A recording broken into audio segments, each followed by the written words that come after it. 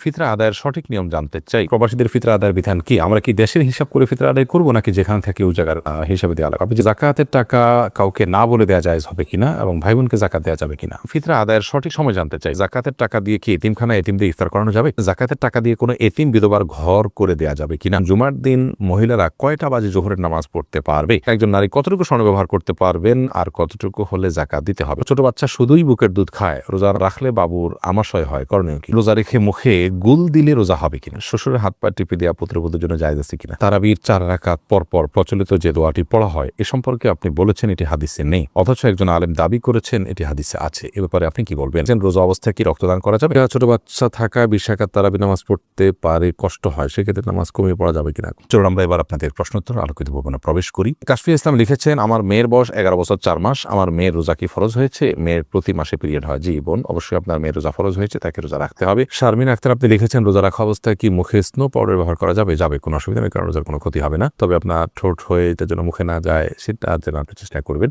জাকিয়া হোসেন আপনি লিখেছেন, একজন নারী কতটুকু স্বর্ণ ব্যবহার করতে পারবেন আর কতটুকু হলে জাকাত দিতে হবে?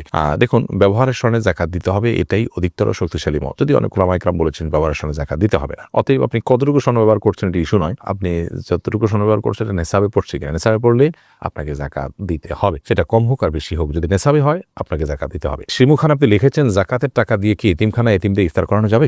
ইফতার করানো তখন জায়েজ হবে যখন ইফতার করার কোনো ব্যবস্থা গরিবের নাই, তখন আপনি জাকাতের টাকা দিয়ে সে অ্যারেঞ্জ করলেন। মূলত জাকাতের টাকা তাদেরকে দিয়ে দিবে, তাদের প্রয়োজন অনুযায়ী খরচ করবে। আপনি নিজে আইটেম ফিক্স করে দিবেন না যে জাকাতের টাকা দিয়ে তুমি এটাই করো। অনেকে হয়তো মনে করেন যে এটা আমি ইফতার করালাম, এটা একটা দৃশ্যমান কিছু হলো, তাহলে সেক্ষেত্রে তো এটি রিয়া হয়ে গেল, লৌকিকতা হলো, এটা তো গুনাহের কারণ হতে পারে। বরং আমাদের সাবধান থাকতে হবে। দাদি নানি আইডি থেকে আপনি লিখেছেন, জাকাতের টাকা দিয়ে কোনো এতিম বিধবার ঘর করে দেওয়া যাবে কিনা? জাকাতের টাকা দিয়ে ইয়েতিম অথবা কোনো বিধবাকে আপনি ঘর করে দিতে পারেন যদি তারা জাকাতের হকদার হয়। এতিম হলেই যে জাকাতের হকদার হবে এমনটি কিন্তু আবশ্যক নয়, বিধবা হলেই যে জাকাতের হকদার হবে এমনটি কিন্তু আবশ্যক নয়। একজন ভদ্র মহিলা, তার স্বামী মারা গেছেন, তিনি বিধবা হয়েছেন, কিন্তু তার এত সম্পদ আছে যেটা দিয়ে চলতে পারেন, তাহলে সেক্ষেত্রে তিনি জাকাতের হকদার নন। এতিমের ক্ষেত্রে একই কথা প্রযোজ্য। যাই হোক, তো এতিম বা বিধবা যদি জাকাতের হকদার হয়, তাদের যে সম্পদ আছে বা উপার্জন হয় তা দিয়ে তাদের সংসার চলতে কষ্ট হয়, এরকম যদি হয়, তাহলে সেক্ষেত্রে আপনি তাদেরকে জাকাতের টাকা দিতে পারেন। জাকাতের টাকা না দিয়ে তাদের যদি ঘরের নিড থাকে, যে তাদের নিরাপদে থাকার মতো কোনো ঘর নেই, সে প্রয়োজন থাকে এবং টাকা দিলে তারা হয়তো নষ্ট করে ফেলবে, আপনি তত্ত্বাবধান করে তাদের হয়ে ঘর নির্মাণ করে দিলে জাকাতের টাকা দিয়ে এটা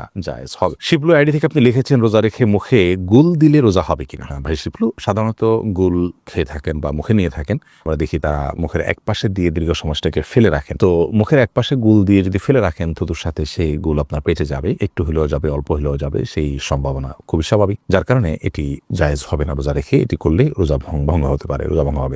আপনি লিখেছেন, শ্বশুরের হাত পা টিপে দেওয়া পুত্রবধূর জন্য জায়েজ আছে কিনা? এটা করা উচিত নয়। কারণ হলো, শ্বশুর তার হাত পা যদি পুত্রবধূ টিপেন, তাহলে সেক্ষেত্রে মানে কল্পনার জেনার দুয়ার উন্মুক্ত অন্তত হতে পারে, কমপক্ষে এতটুকু হওয়ার সম্ভাবনা আছে, যার কারণে গুনাহের দ্বার পর্যন্ত বন্ধ করতে হয়, এটাকে সাদ্দু জারায়া বলা হয়। তো যার কারণে এটা জায়েজ নয়। পুত্রবধূ শ্বশুর অন্য সেবা করবেন, তবে হ্যাঁ, শ্বশুর অনেক বৃদ্ধ, এত বৃদ্ধ যে এ ধরনের কোনো আশঙ্কা নাই, তাহলে সেক্ষেত্রে এটি করা যেতে পারে যদি একান্ত নিরুপায় থাকে, অন্য কেউ না থাকেন এবং এটা যদি খুব বেশি জরুরি হয়, অর্থাৎ অনেকগুলো শর্তের উপর ভিত্তি করে। এরপর প্রশ্ন, ছোট বাচ্চা শুধুই বুকের দুধ খায়, রোজা রাখলে বাবুর আমাশয় হয়, করণীয় কি? একটু কষ্ট করবেন, প্রয়োজনে দিনের বেলা ঘুম পাড়িয়ে রাখবেন, আপনি নিজেও ঘুমাবেন, রাতের বেলা একটু জেগে থাকবেন, অর্থাৎ অভ্যাস একটু পাল্টাবেন, তাতে তো রাতেও তো আপনি দীর্ঘ সময় না খাওয়া থাকেন, সেভাবে থাকবেন। এবং একটু কষ্ট হলে ডাক্তার দেখান, বিকল্প বের করেন, অর্থাৎ রোজাটা ফরজ বিধান, এই ফরজ বিধান আবশ্যক হওয়ার কারণে রোজা রেখে অন্যান্যগুলোকে কিভাবে ওভারকাম করা যায় সেই চেষ্টাটা আমাদের থাকতে হবে। আয়েশা সিদ্দিকা, ছোট বাচ্চা থাকা 20 রাকাত তারাবি নামাজ পড়তে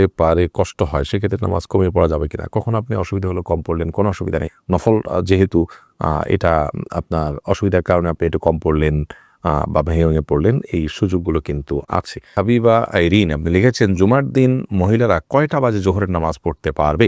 জোহরের ওয়াক্ত হওয়ার পরেই পড়তে পারবে। মসজিদে জুমার নামাজের জামাত হওয়ার পরেই পড়তে হবে এমনটি অনেকে মনে করেন, অথচ এমনটি কোনো আবশ্যক নয়। আপনি চাইলে জুমার নামাজের আগেও, অর্থাৎ ওয়াক্ত হয়ে গেছে জোহরের 12টা এত মিনিটে, আজকে জোহর ওয়াক্ত হয়ে গেছে, এরপর থেকে আপনি বাসায় জোহর পড়তে পারেন। মাজিদুল ইসলাম আপনি লিখেছেন, প্রবাসীদের ফিতরা আদায়ের বিধান কি? আমরা কি দেশের হিসাব করে ফিতরা আদায় করবো নাকি যেখানে থাকি ওই জায়গার হিসাবে দেওয়া লাগবে? আপনি যেখানে থাকেন সেখানকে হিসাব করে আপনি ফিতরা দিবেন। ফিতরা কি আলাদা করে রেখে ঈদের পর আদায় করা যাবে? না, ঈদের পর আদায় করলে ফিতরা আদায় হবে না, বরং ফিতরা আদায় করতে হবে ঈদের সালাতের আগে। নবী করিম সাল্লাল্লাহু আলাইহি ওয়াসাল্লাম বলেছেন, মানাদ্দাহা ক্বাবলা সালাহ, যে ব্যক্তি ঈদের আগে ফিতরা আদায় করবে হিয়া মাকবুলা, তাহলে সেটা ফিতরা হিসেবে কবুল হবে। ওয়া মানাদ্দাহা বাদা সালাহ, যে ব্যক্তি ঈদের পরে আদায় করবে ফাহিয়া সাদাকাতুম মিনাস সাদাকাত, 10টা সাদকা আমাদের সাধারণ দান হবে, ফিতরার যে দায়িত্ব সেই দায়িত্বের ফলে কিন্তু আদায় হবে না।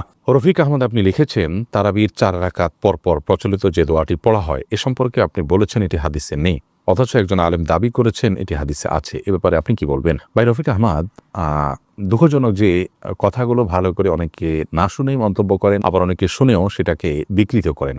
আমরা বলেছি তারাবির নামাজে 4 রাকাত পরপর যে দোয়া আমাদের দেশে পড়া হয়ে থাকে সুবহানাজিল মুলক ওয়া মালাকুতে শেষ পর্যন্ত, এই দোয়া 4 রাকাত পর, তারাবির পরে 4 রাকাত পরপর এ দোয়া পড়ার কথা হাদিসে নেই। আবারও বলছি, তারাবির 4 রাকাত পরপর এ দোয়া পড়ার কথা কোনো হাদিসে নেই, কোনো জাল হাদিসেও নেই। আবারও বলছি, তারাবির নামাজের 4 রাকাত পরপর এই দোয়া পড়ার কথা কোনো হাদিসে নেই।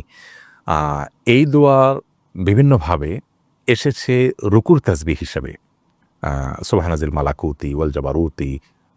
রুকুতে নবী করিম সাল্লাল্লাহু আলাইহি ওয়াসাল্লাম সুবহানাল্লাহিল আযীমের জায়গায় আপনার এই তাসবিহ পাঠ করতেন, এ দোয়া পাঠ করতেন। তো রুকুর তাসবিহকে এনে যদি আপনি 4 রাকাত পরপর যে আমরা বৈঠক করে থাকি, বসে থাকি আরামের জন্য, রেস্টের জন্য, সেই জায়গায় আপনি সেট করেন, তার জন্য আপনার তো প্রুফ লাগবে। যেটা রুকুতে করতে বলা হয়েছে সেটা আপনি এখানে করছেন, তার ভিত্তিটা কি? সেখানে আমি বলেছি যে কোনো হাদিসের ভিত্তি নেই। তো সেই মর্মে যদি কোনো হাদিস থাকে যে হ্যাঁ তারাবির পর 4 রাকাত পরপর এই দোয়া পড়ার কথা বলা হয়েছে, তাহলে সেটা উপস্থাপন করা যেতে পারে। এরকম কোনো হাদিস তো নেই। ফতোয়া শামিতে আছে, ফতোয়া শামিতে থাকার মানে তো হাদিস নয়। ফতোয়া শামি তো ফতোয়ার কিতাব।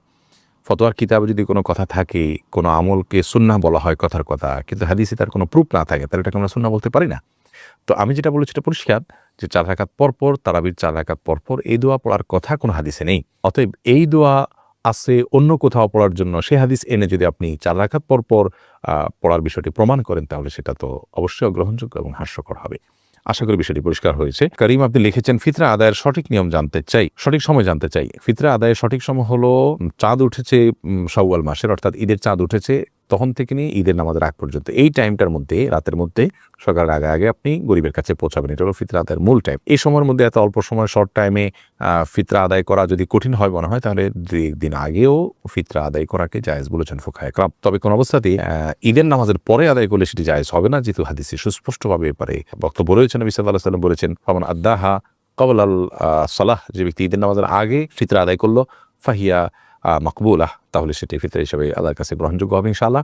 আর ওয়ামান আদ্দাহা বাদাস সালাহ, যে ঈদের পরে আদায় করবে, ঈদের নামাজের পরে, ফাহিয়া সাদাকাত মিনাস সাদাকাত, তাহলে সেটা অন্য 10টা সাদকার মতো একটা সাদকা বা দান হবে। এটা কোনো ফিতরা হিসাবে বিবেচিত হবে না। যাকাতের টাকা কাউকে না বলে দেওয়া জায়েজ হবে কিনা, এবং ভাই বোনকে যাকাত দেওয়া যাবে কিনা? ভাই বোন তারা যদি প্রাপ্তবয়স্ক হয়ে থাকে, অভাবী থাকে, যাকাতের হকদার থাকে, তাদেরকে অবশ্যই যাকাতের টাকা দেওয়া যাবে। যাকাতের টাকা দিয়ে স্বাবলম্বীও করে দেওয়া যাবে, এবং যাকাতের টাকা দেওয়ার সময় যাকাত যিনি নিচ্ছেন তাকে না বলেও দেওয়া যাবে। আপনি মনোনিয়ত করলেন যাকাত দিচ্ছেন, তাকে বললেন যেটা আপনি খরচ করেন, আপনি নিয়ত করলেন যাকাত থেকে দিচ্ছেন, এটা যথেষ্ট হবে। তাকে বলে দেওয়াটা এটা আবশ্যক কোনো বিষয় নয়।